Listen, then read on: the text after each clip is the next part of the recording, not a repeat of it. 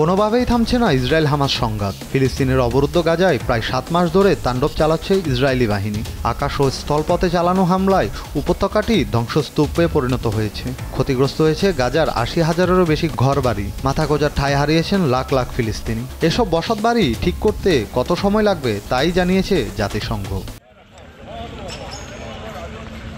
বৃহস্পতিবার প্রকাশিত প্রতিবেদনে জাতিসংঘ উন্নয়ন কর্মসূচি ইউএনডিপি জানায়, যদি গাজা যুদ্ধ বন্ধ না হয় এবং দ্রুত সময়ের মধ্যে নির্মাণ সামগ্রী না পৌঁছানো যায়, তাহলে উপত্যকাটির ক্ষতিগ্রস্ত বাড়িগুলো পুনর্নির্মাণ পরবর্তী শতাব্দী পর্যন্ত যেতে পারে। এসব বাড়ি ঠিক করতে সময় লাগতে পারে প্রায় 80 বছর। তবে 2021 সালের সর্বশেষ সংকটের তুলনায় 5 গুণ দ্রুত নির্মাণ সামগ্রী সরবরাহ করা হলে 2040 সাল নাগাদ ঘরবাড়িগুলো ঠিক করা যেতে পারে।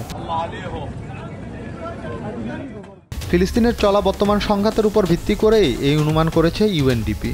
বৈশ্বিক সংস্থাটি বলছে, সংকটটি দ্রুত সমাধান না হলে এটি কয়েক দশকের দুর্ভোগ তৈরি করবে। এক বিবৃতিতে ইউএনডিপির প্রশাসক আচিম স্টেইনার বলেন, মানুষের ক্ষতি, মূলধন ধ্বংস ও তীব্র দারিদ্রতা উন্নয়ন সংকট তৈরি করবে, যা আগামী প্রজন্মের ভবিষ্যৎকে হুমকির মুখে ফেলবে। 2022 সালের 7 অক্টোবর ইসরায়েলে হামলা চালায় ফিলিস্তিনের স্বাধীনতাকামী সশস্ত্র সংগঠন হামাস। এরপর থেকে গোটা গাজা উপত্যকায় হামলা চালাচ্ছে দখলদার ইসরায়েল। প্রতি মুহূর্তে বিমান হামলায় একের পর এক ধ্বংস হয়েছে বাড়িঘর, প্রাণ হারিয়েছে হাজার হাজার মানুষ। ঢুকতে দেওয়া হচ্ছে না ত্রাণবাহী ট্রাকও। এর জেরে বিমান থেকেই গাজায় ত্রাণ ফেলছে বিশ্বের অনেক দেশ। জাতিসংঘের এক কর্মকর্তা জানান, ইসরায়েলি হামলায় বিলিয়ন বিলিয়ন ডলারের ক্ষতি হয়েছে। বোমাবর্ষণে গাজার উঁচু ভবনগুলো স্তূপে পরিণত হয়েছে।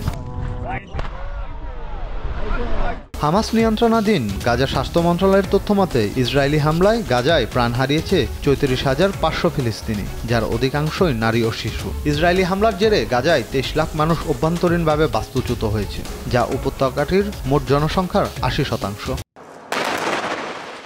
একটি পূর্বাভাসে বলা হয়েছে, গাজা যুদ্ধ যদি আরও 9 মাস স্থায়ী হয়, তাহলে মধ্যবিত্তের একটি বড় অংশ দারিদ্র্য সীমার নিচে চলে যেতে পারে। 2023 সালের শেষের দিকে 38.8% জনসংখ্যা দারিদ্র্য সীমার নিচে ছিল। ধারণা করা হচ্ছে এটি বেড়ে 7.7% হতে পারে। ইন্টারন্যাশনাল ডেস্ক, দেশ টিভি।